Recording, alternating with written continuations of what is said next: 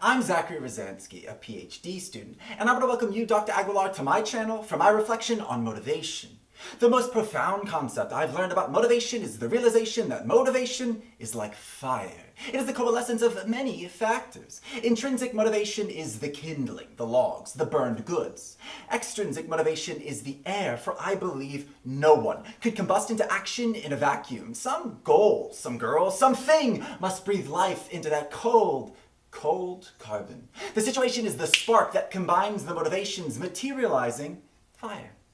This is revelatory because like fire, motivation organically wanes and must be tended. This is so hard for me to accept since I look at my mother and my brother and it seems like all they do is burn bright. I ask always, don't you ever flicker, if only for a moment? These presentations, readings, and discussions assure me that they do. It's just hard to detect a temperature change when you're that close to something that is burning that hot. Energy is not eternal, and that is empowering to understand because actions can be taken to fuel a fire. My fire's fuel is twofold. My intrinsic motivation is the desire to have control over my knowledge, both tacit and explicit. My mind is frantic, wildly expanding into landscapes it has neither business nor natural right. Learning organizes the chaos, like swailing, providing direction and purpose to those aimless energies. My extrinsic motivation is the need of others for me to provide. And I don't provide warmth, that's not my purpose. I provide propulsion.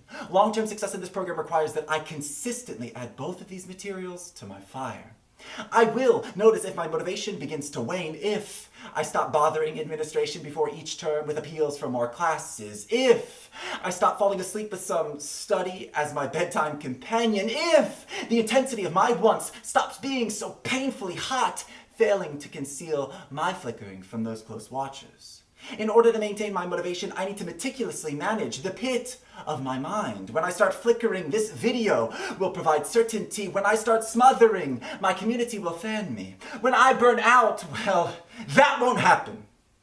When I earned my master's in a year, I felt all the fierce forces of academia, but I couldn't fail. Firstly, I had my brother to call when I had a humanly impossible number of tasks to complete in a week, and he reminded me of a similar call in college wherein I had a humanly impossible number of books to read in a week, and of a similar call in high school wherein I had a humanly impossible number of texts to bother my sweetheart with. Secondly, I had old papers with which to compare myself when I felt insecure about my progress, and thirdly, I had her.